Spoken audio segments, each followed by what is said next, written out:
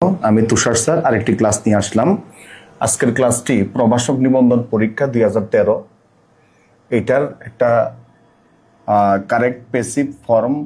এটার passive form কোনটা correct, এখানে 4টা অপশন দেওয়া আছে, এর মধ্যে কোনটা কারেক্ট। আমরা পেসিভ করার সময় কতগুলি অক্সিলারি ব্যবহার করি। এগুলি প্রেজেন্টের ক্ষেত্রে আমরা ব্যবহার করি ইজ, এম, আর।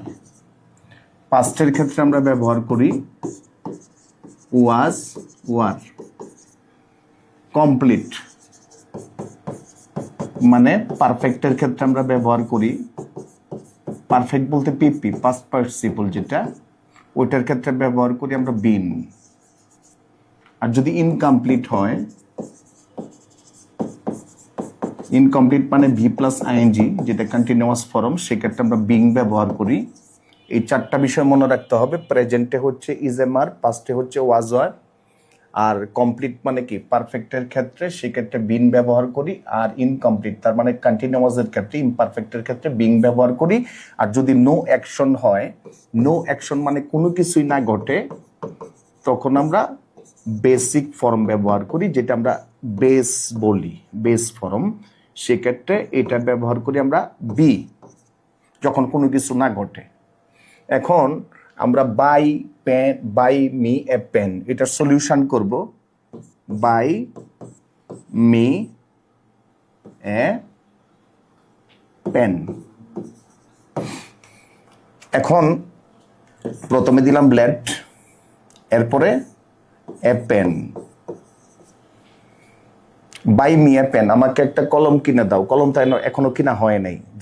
যদি না হয়ে থাকে, ক্রয় করা না হয়ে থাকে, সেক্ষেত্রে প্রেজেন্ট হয় নাই। প্রেজেন্ট না হলে পাস্টও হয় নাই, কমপ্লিটও হয় নাই, ইনকমপ্লিটও হয় নাই। সুতরাং কোনো ঘটনাই ঘটে নাই। তাহলে লেট এ পেন, এরপরে যদি কোনো নো অ্যাকশন হয় সেক্ষেত্রে আমরা বি বসাবো, বি। এরপরে ভার্বের, ভার্বের বাই, এই বাইয়ের 3 নাম্বার কি bought. Let a pen be bought by me, আমাকে কিনে দাও। তার মানে কলমের বেনিফিশিয়ারি, উপকারভোগী কে? আমি। যদি রেসিপিয়েন্ট হয়, একটা চিঠি দেওয়া হয়, আমি সেটা কি করি? গ্রহণ করি, সেক্ষেত্রে সেটা রেসিপিয়েন্ট হবে। আর এখানে কলমটা কিনা হবে, এই কলমটা দিয়ে আমি লিখবো, আমি উপকারভোগী। যদি রেসিপিয়েন্ট হয় সেক্ষেত্রে আমরা টু ব্যবহার করব, আর যদি বেনিফিশিয়ারি উপকারভোগী হয় সেক্ষেত্রে আমরা ফর ব্যবহার করব।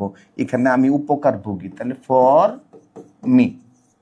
উত্তর হয়ে গেল let a pen be bought for me. Let a pen be bought for me, B উত্তর। এখন আমরা উত্তরটা চেক দিব। Let a pen be bought for me, এটাই উত্তর। ধন্যবাদ সকলকে।